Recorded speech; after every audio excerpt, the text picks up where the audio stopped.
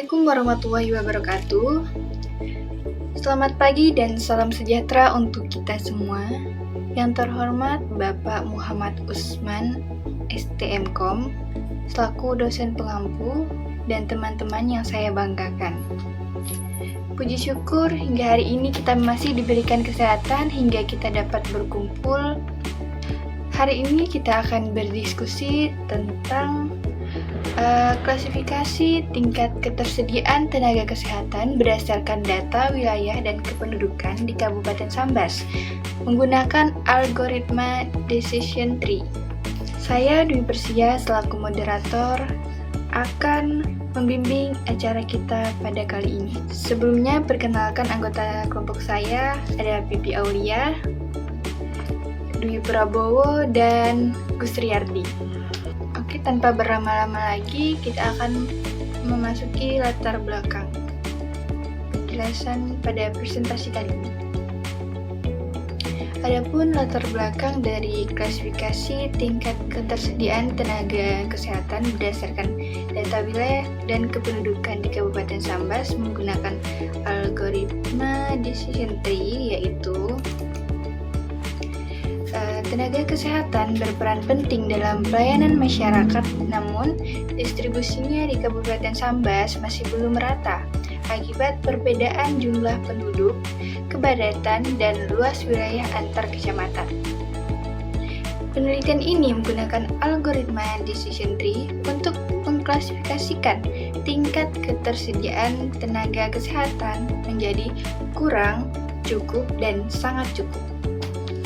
Hasilnya, diharapkan membantu pemerintah daerah merancang strategi distribusi tenaga kesehatan yang lebih adil dan tepat sasaran. Selanjutnya, pendahuluan. Adapun tenaga kesehatan merupakan elemen strategi dalam menjamin akses dan kualitas layanan kesehatan, serta berkontribusi pada peningkatan kualitas hidup dan membangun daerah. Di Kabupaten Sambas, distribusi tenaga kesehatan masih timpang, dengan beberapa kecamatan mengalami kelebihan dan lainnya mengalami kekurangan serius, diperparah oleh perbedaan geografis dan kepadatan penduduk.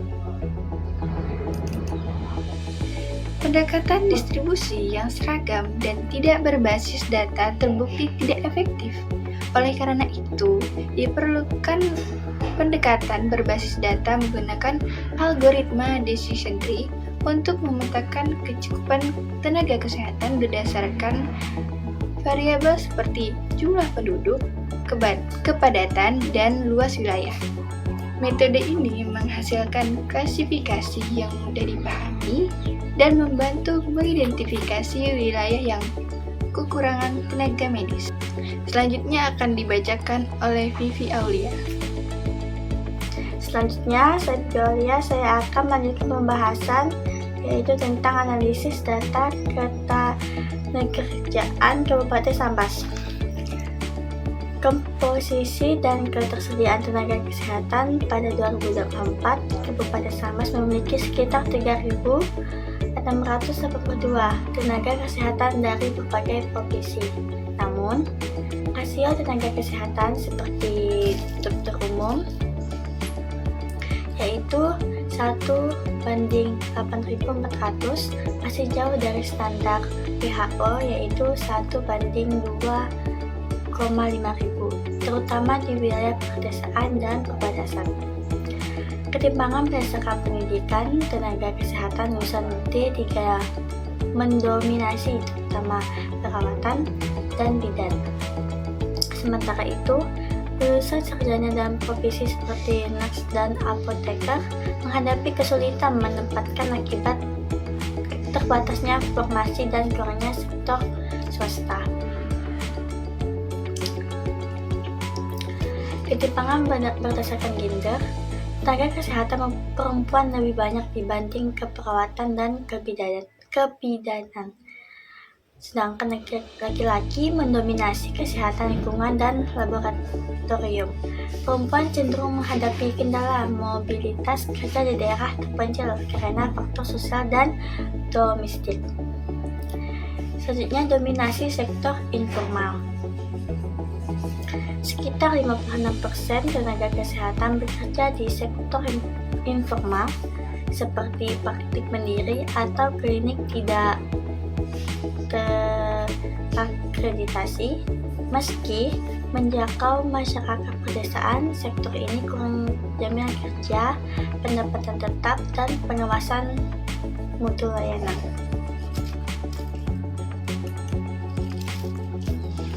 Selanjutnya ada kesimpulan arah kebijakan. Masalah utama tenaga kesehatan di Sambas adalah distribusi, kualitas, dan ketidaksesuaian dengan kebutuhan daerah. Solusinya meliputi pemerataan, penempatan, penyelenggaraan kurikulum, insentif sektor formal, pelatihan lokal, dan perencanaan berbasis data. Baik, selanjutnya akan dibahas oleh Kustirdi. Saya Kustirdi, saya akan melanjutkan materi dari Pipi Aulia. Penelitian ini menawarkan solusi klasifikasi distribusi tenaga kesehatan di Kabupaten Sambas menggunakan algoritma decision tree. Metode ini dipilih karena mampu menghasilkan model klasifikasi yang transparan dan mudah dipahami dengan membagi kecamatan menjadi 3 kategori: kekurangan, cukup, dan sangat cukup. Variabel yang digunakan meliputi jumlah penduduk, kepadatan penduduk, dan luas wilayah, serta jumlah tenaga kesehatan seperti perawat, bidan, kefarmasian, dan gizi. Sebelum klasifikasi, data melalui proses cleansing dan preparation meliputi penggabungan data, normalisasi, penanganan data kosong, dan encoding. Data kemudian dibagi menjadi data latih dan data uji. Model decision tree dibentuk melalui pemisahan data berdasarkan nilai ambang tertentu dan menghasilkan aturan logis, seperti jika kepadatan rendah dan tenaga kesehatan sedikit. Selanjutnya, analisis hasil. Root node utama, kondisi tenaga kesehatan bidan kecil dari sama dengan 21,5. Gini 0,648, artinya masih cukup beragam. Sampel 16, jumlah total data. Value 5, 4, 7, artinya dari 16 data, 5 diklasifikasikan rendah, 4 sedang, dan 7 tinggi. Kelas tinggi, ini adalah label mayoritas. Pohon akan bercabang ke kiri true jika bidan kecil dari sama dengan 21,5.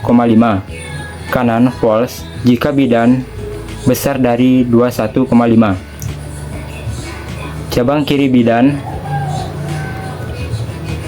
kecil dari sama dengan 21,5. Kondisi bidan kecil dari sama dengan 20,5. Sampel 8, data yang masuk cabang ini. Value 5, 3, 0. Mayoritas rendah, jadi kelasnya rendah. Lalu bercabang lagi berdasarkan tenaga kefarmasian.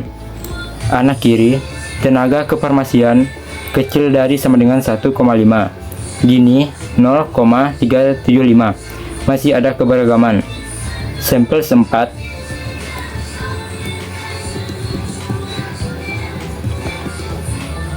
value 130, mayoritas sedang.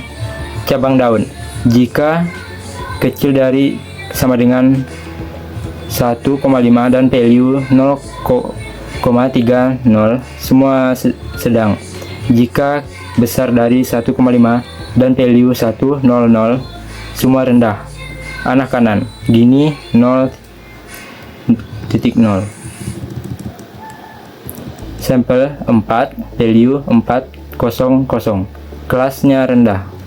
Cabang kanan, bidan besar dari 21,5, kondisi penduduk kecil dari sama dengan 43673,0. Sampel 8, value 017, mayoritas tinggi. Anak kiri, gini 0,0, sampel 7, value 007 kelas tinggi. Anak kanan Gini 00 sampel 1 value 010 kelas sedang. Kesimpulan, pohon ini menunjukkan bahwa jika jumlah bidan rendah kecil dari sama dengan 21,5, maka kemungkinan besar tingkat ketersediaan tenaga kesehatan rendah atau sedang. Jika jumlah bidan tinggi lebih besar dari 21,5 dan jumlah penduduk juga besar 43673, kemungkinan sedang. Jika jumlah bidan tinggi dan penduduk tidak terlalu banyak, maka klasifikasinya tinggi. Baiklah, saya di Prabowo akan melanjutkan materi dari Gus Gardi. Dalam penelitian ini, data memegang peran sentral sebagai dasar analisis yang digunakan untuk mengembangkan model klasifikasi kecukupan tenaga kesehatan di Kabupaten Sambas. Keakuratan dan kelengkapan data menjadi syarat utama dalam menghasilkan informasi yang dapat diandalkan serta mendukung pengambilan kebijakan berbasis bukti atau evidence-based policy. Oleh karena itu, sebelum membahas pemodelan klasifikasi lebih lanjut, bagian ini akan menguraikan sumber, jenis, serta struktur data yang digunakan secara sistematis. Kabupaten Sambas sebagai salah satu wilayah administratif di Provinsi Kalimantan Barat memiliki kondisi geografis yang sangat beragam. Terdapat kecamatan dengan wilayah yang sangat luas, namun berpenduduk sedikit, serta sebaliknya. Kecamatan yang sempit, namun memiliki konsentrasi penduduk tinggi. Variasi ini memengaruhi kebutuhan serta ketersediaan tenaga kesehatan di tiap wilayah.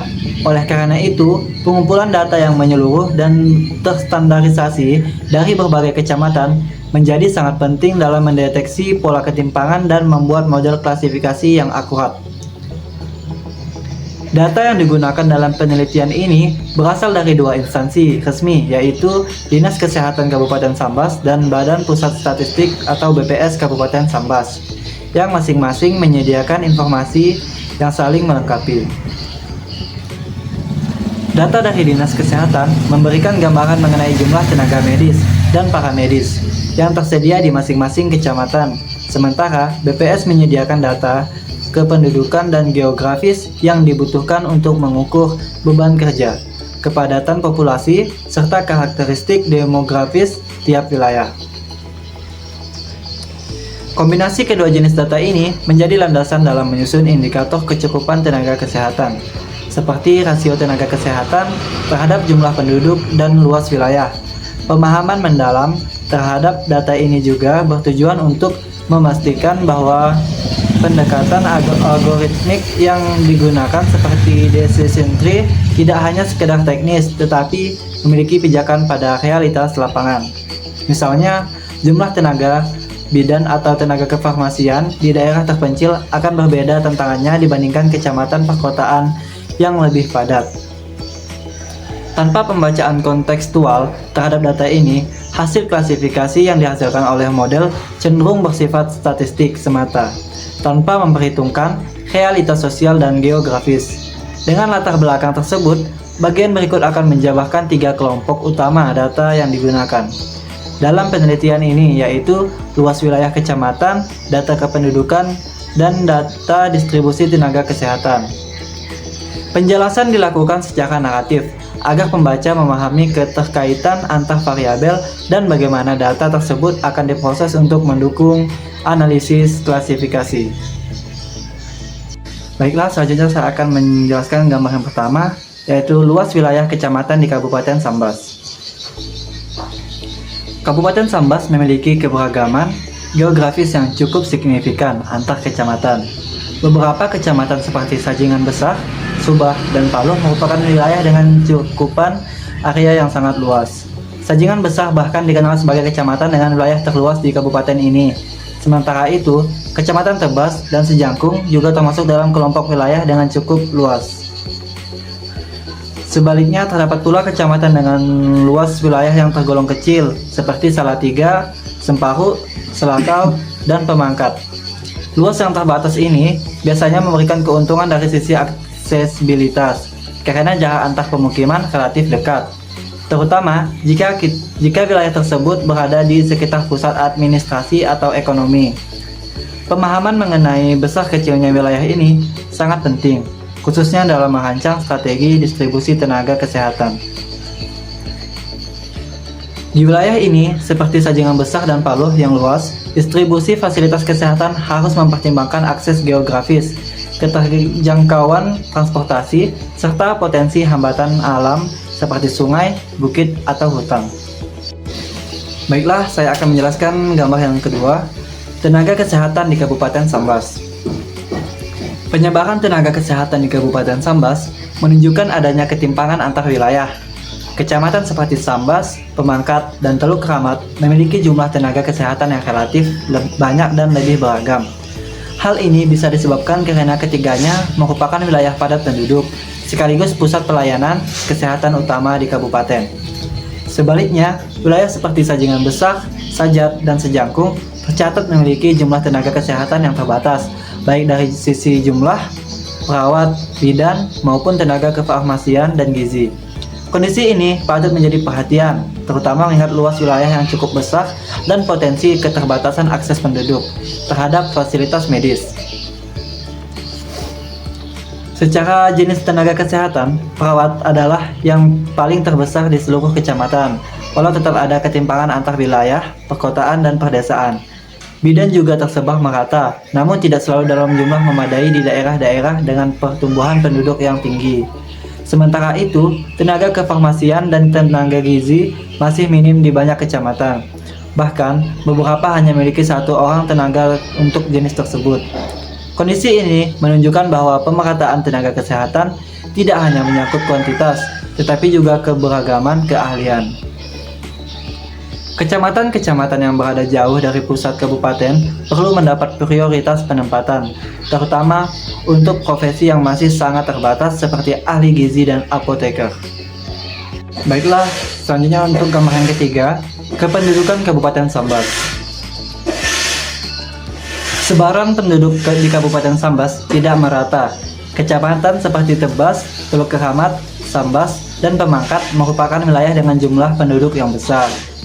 Tingginya populasi di wilayah-wilayah ini umumnya selaras dengan tingkat kepadatan yang tinggi pula, yang menandakan kebutuhan layanan kesehatan di sana juga lebih besar, baik dari sisi volume maupun cakupan.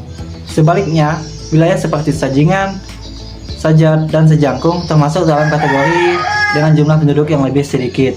Tantangan di daerah seperti ini bukan hanya persoalan kepadatan, tetapi juga jarak antar penduduk yang berjauhan sehingga pelayanan kesehatan menjadi lebih sulit dijangkau. Kecamatan Pemangkat dan Sembako tercatat memiliki tingkat kepadatan yang tinggi karena luas wilayahnya relatif kecil, namun jumlah penduduknya cukup besar. Wilayah padat seperti ini umumnya membutuhkan sistem pelayanan yang responsif dan efisien, serta lebih banyak fasilitas kesehatan di titik-titik strategis. Sementara itu, wilayah-wilayah seperti Paluh dan Galing tergolong jarang penduduk dan memiliki kepadatan yang sangat rendah. Ini membuat efisiensi pelayanan menurun, karena satu fasilitas bisa menjangkau sangat sedikit warga di area yang luas. Oleh karena itu, pendekatan seperti puskesmas keliling atau tenaga kesehatan berbasis komunitas bisa menjadi alternatif yang tepat. Selain itu, secara umum, proporsi penduduk laki-laki dan perempuan di seluruh kecamatan relatif seimbang, walaupun terdapat kecamatan seperti Jawa dan Tangerang yang cenderung memiliki rasio laki-laki lebih tinggi. Data ini penting untuk perencanaan layanan kesehatan yang sensitif gender, seperti layanan kesehatan ibu dan anak. Baiklah, untuk kesimpulan awal dari gambaran 3 aspek di atas, terlihat bahwa wilayah seperti Sambas, Pemangkat, dan Teluk Kramat cenderung lebih siap dalam aspek sumber daya manusia kesehatan. Sebaliknya, Kecamatan Sajingan Besar, Sajat, dan Sejangkung menghadapi tantangan geografis, rendahnya jumlah tenaga kesehatan, serta akses yang terbatas. Penyusunan kebijakan distribusi tenaga medis di Kabupaten Sambas harus mempertimbangkan kombinasi antara luas wilayah, jumlah penduduk, dan jenis tenaga yang dibutuhkan tiap kecamatan.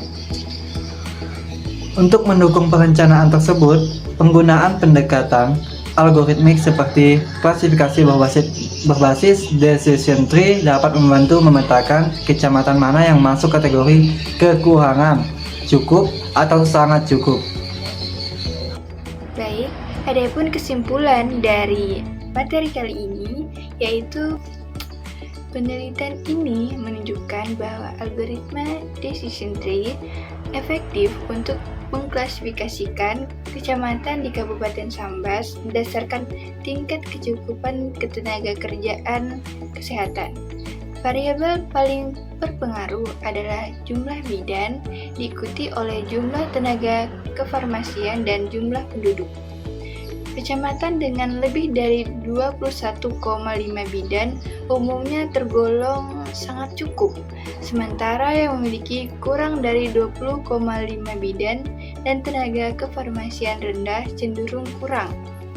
Model ini menghasilkan klasifikasi yang akurat dan mudah dipahami, serta dapat digunakan sebagai dasar penyusunan kebijakan distribusi tenaga kesehatan yang lebih adil dan berbasis data. Sekian dari kami, kurang lebihnya mohon maaf. Wassalamualaikum warahmatullahi wabarakatuh.